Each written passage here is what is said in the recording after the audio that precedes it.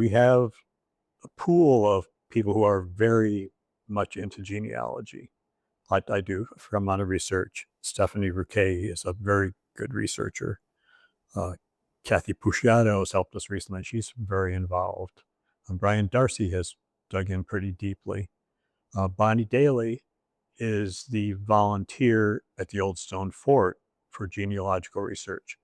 And she has a lot of experience with the DAR as a registrar and helping people document ties to their Revolutionary War ancestors. So there's a bunch of us that know how to find information. And we've collected a lot of information.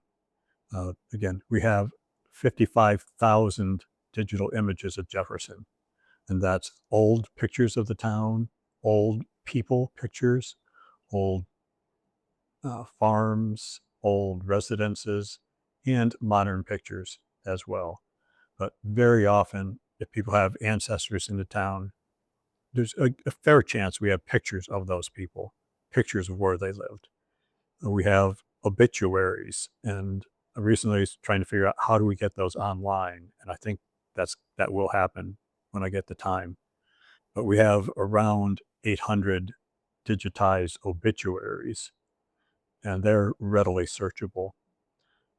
We work with the FultonHistory.com website, which is the only website that has direct access to the Jefferson historical newspapers. And we've had a number of people come and visit. We had a woman come from South Carolina last summer to visit, to learn about her Turner family ancestors. We had a bunch of information on them. And she was also tied into the Judds, which our building is named Judd Hall. We had information on the Judds.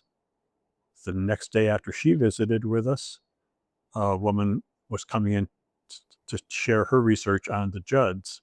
So the woman from South Carolina stayed and met with a woman from Syracuse, and our expert George, who's been researching the Judd history back in Connecticut. So we had a group of like 5 or 6 of us, everybody with laptops out and pulling up their spreadsheets, pulling up their genealogical tables, pulling out old documents. We had a man come from Buffalo to see an exhibit we had done on his father's World War II service. Last year, we had a display case full of his things. We have a display case of the Wilcox and Smart family, of things that were in their house on Park Avenue.